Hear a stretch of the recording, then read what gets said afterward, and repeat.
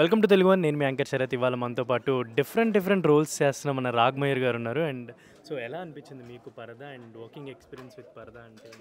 నాకు పరదా special film అండి. కోర్స్ ప్రవీణ్ ఏ సినిమా అయినా నాకు స్పెషలే, బట్ అలాంటిది పరదా is very close to my ideologies. కొంచెం నేను ఆలోచించే విధానం వెరీ రేర్లీ మన ఆలోచనలకు తగ్గట్టు మనకు సినిమాలు పడతాయి. సో పరదా is one such film. So I'm very proud of being part of పరదా. అండ్ ఇప్పుడు ఇవాళ రివ్యూస్ ఇవన్నీ ఇట్లా వచ్చేసరికి అంటే ఒక ఒక ఎక్స్పెరిమెంట్ ఎంతైనా మన తెలుగు సినిమా స్టాండర్డ్స్కి ఇది ఒక ఎక్స్పెరిమెంటే. సో ఆ ఎక్స్పెరిమెంట్ ఇవాళ ఇలా సక్సెస్ అయింది అండ్ అందరు ప్యారల్ రాస్తున్నారు సినిమా గురించి. చాలా మంచి ఫీలింగ్. అండ్ ఫస్ట్ టైం అంటే ఇప్పటివరకు ఎంతో కొంత నాదంతా ఏదో ఒక కామెడీ జోన్లో నడుస్తూ ఉంటుంది యాక్చువల్లీ. ఈవెన్ శివరపల్లి తీసుకున్నా నేను ఎంత సీరియస్ ఉన్నా it is set in a comedy space. But this the first time where I'm doing like a proper serious film, అందులో మళ్ళీ ఒక సీరియస్ రోల్. సో చాలా మంచిగా అనిపిస్తుంది అన్నమాట. సో కీడాకోలా అవ్వచ్చు, దాని ముందు వచ్చిన సినిమా బండి అవ్వచ్చు, శుభంలో కూడా ఒక మధ్యలో ఒక గెస్ట్ రోల్ ఉంది.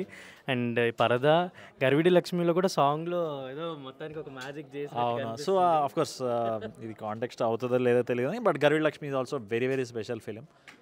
సో అందులో బుర్రకథ ఆర్ట్ ఫామ్ నేర్చుకొని అవన్నీ అంటే డెఫినెట్లీ ఇప్పటి వరకు ఎవరు ఈ గెటప్ వేసుండరు మొత్తం మన హోల్ తెలుగు సినిమా హిస్టరీలో.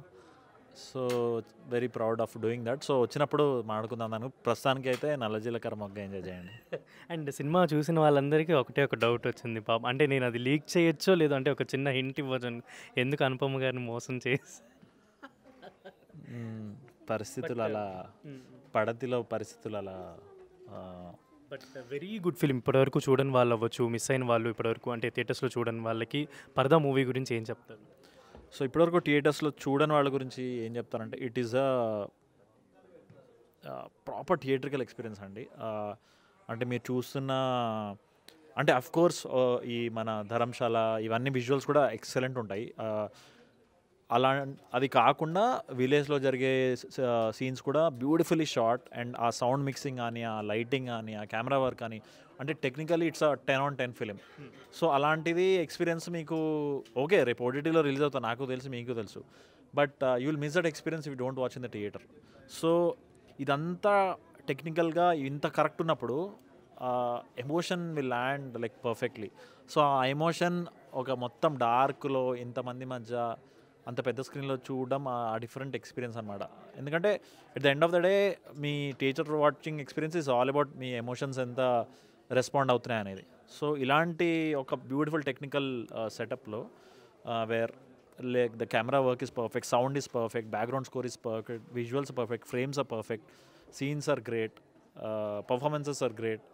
ఇలాంటి కాంబినేషన్ థియేటర్లో మీకు ఒక 10/10 ఎక్స్పీరియన్స్ అయితే ఓటీటీలో 5 or 6 దొరుకుతుంది అంతే. So that means you are missing out a lot అనమాట. సో ఐ థింక్ వేరే లాంగ్వేజ్లో వచ్చిన సినిమాలను వెతుక్కొని మరీ చూస్తున్నారు, తెలుగులో వచ్చిన మంచి సినిమాలు మిస్ చేస్తున్నారు ఆడియన్స్. పోనీ ఇది మలయాళంలో రీమేక్ చేసి రిలీజ్ చేస్తే అప్పుడు వస్తారు, అర్రే బా వాట్ ఏ మూవీ అని వస్తారేమో. But let's not get in to that state.